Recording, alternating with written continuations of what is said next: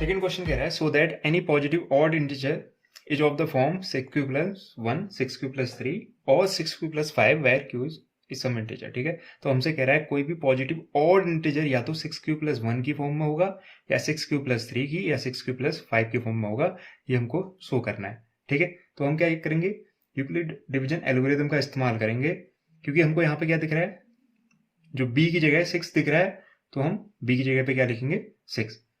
So by Euclid division algorithm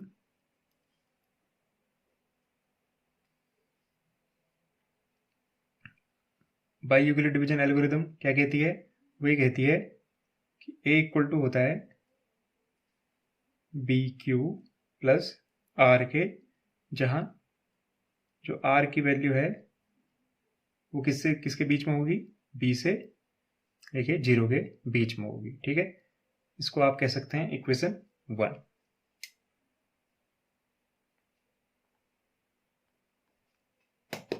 तो अब क्योंकि हमको क्वेश्चन में दिया हुआ है 6q, इसलिए हम b की जगह पे क्या लिखेंगे 6।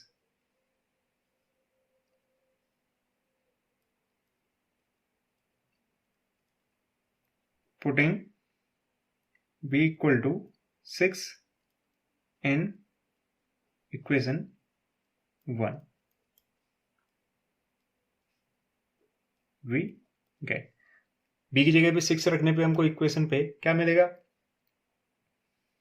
a equal to 6q plus r and r की जो वैल्यू होगी वो 6 से छोटी और 0 से बड़ी होगी। तो अगर मैं इसको डिफाइन करूं तो मुझे इससे r की वैल्यू क्या मिलेगी, 6 से छोटी होनी चाहिए। 6 से छोटी मतलब 5 4 3 2 1, कहाँ तक 0 तक। तो r की इतनी वैल्यू है। ठीक है, तो एक एक करके इन वैल्यू को अगर मैं r की जगह रखूं तो मेरे पास 6 केस होते हैं, 6 केस बनेंगे। तो मैं उन 6 केसों को लिखता हूं। पहला केस है, अगर मैं r की जगह क्या रख दूं 0, इफ r इक्वल टू 0। अगर r इक्वल टू 0 है तो इक्वेशन क्या बन जाएगी, ये बन जाएगी a equal to 6q plus 0। Plus 0 लिखने से कोई मतलब नहीं है। ठीक है, तो a इक्वल टू हो जाएगा 6q। ठीक है, अब जो 6q है, क्या ये नंबर 2 से डिवाइड होगा, बिल्कुल होगा, क्योंकि ये 6 का मल्टीपल है। हर 6 का मल्टीपल 2 से डिवाइड होता है, इसलिए ये भी क्या होगा 6 2 से डिवाइड होगा। तो मैं इसको लिख सकता हूं 6q इज डिविजिबल बाई 2, क्योंकि 6q 2 से डिविजिबल है, इसलिए 6q क्या होगा, एक इवन नंबर होगा, इज इवन। ठीक है, ऐसे ही अगला case, if r equal to 1, अगर r इक्वल टू 1 हो जाए तो ये बन जाएगा a 6q प्लस 1। ठीक है, अब इसको दो तरह से अंडरस्टैंड किया जा सकता है, या तो सीधे सीधे इसको 2 से डिवाइड करके देखो, ये नंबर 2 से डिवाइड होगा, ये 2 से डिवाइड नहीं होगा। ठीक है, तो इसका मतलब ये नंबर है ऑड। या फिर ऐसा समझ लीजिए, क्योंकि ये 6q क्या था, इवन था, तो ये क्या है, उससे एक ज़्यादा है, तो ये ऑटोमेटिकली क्या होगा, इवन होगा। तो हम कह सकते हैं 6q plus 1 is not divisible by 2। अगर 6q प्लस 1 2 से डिविजिबल नहीं है तो 6q प्लस 1 क्या होगा, एक ऑड नंबर होगा, इज ऑड।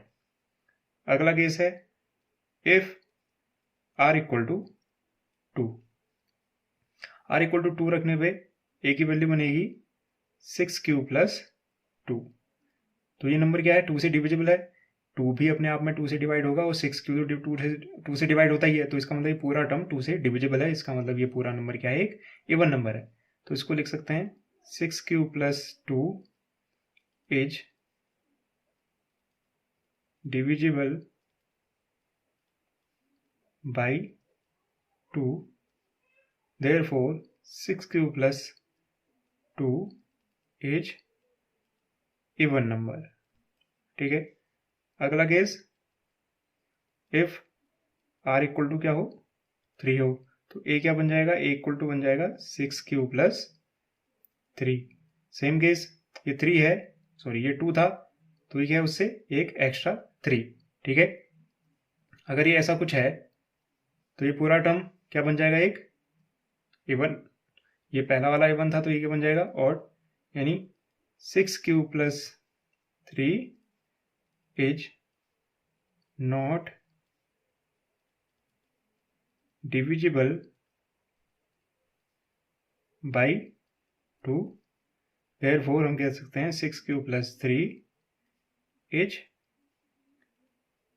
Odd number. ठीक है, अगला केस है, इफ आर इक्वल टू 4, तो ए की वैल्यू बन जाएगी 6q प्लस 4, और ये नंबर 2 से डिविजिबल है, 4 भी 2 से डिवाइड होता है और 6q 2 से डिवाइड होता है, तो इसका मतलब ये पूरा नंबर 2 से डिविजिबल है। तो मैं कह सकता हूँ 6q plus 4 is divisible by 2, therefore 6q plus 4 is even. अगला नंबर है, इफ आर इक्वल टू 5, तो बन जाएगा ए इक्वल टू 6q प्लस 5। ये टर्म तो 2 से डिवाइड होता ही है, लेकिन ये टर्म 2 से डिवाइड नहीं होता है, इसका मतलब 6q plus 5 is not divisible by 2, तो हम क्या कह सकते हैं, 6q प्लस 5 क्या होगा, एक ऑड नंबर होगा। तो हम इन सब रिजल्ट्स को देख के क्या कह सकते हैं, हम ये कह सकते हैं कि अगर कोई भी पॉजिटिव ऑड इंटीजर है वो किसकी फॉर्म में है, या तो 6q प्लस 1 की फॉर्म में, या 6q प्लस 3 की, या 6q प्लस 5 की। तो हम लिख सकते हैं, हेंस एनी पॉजिटिव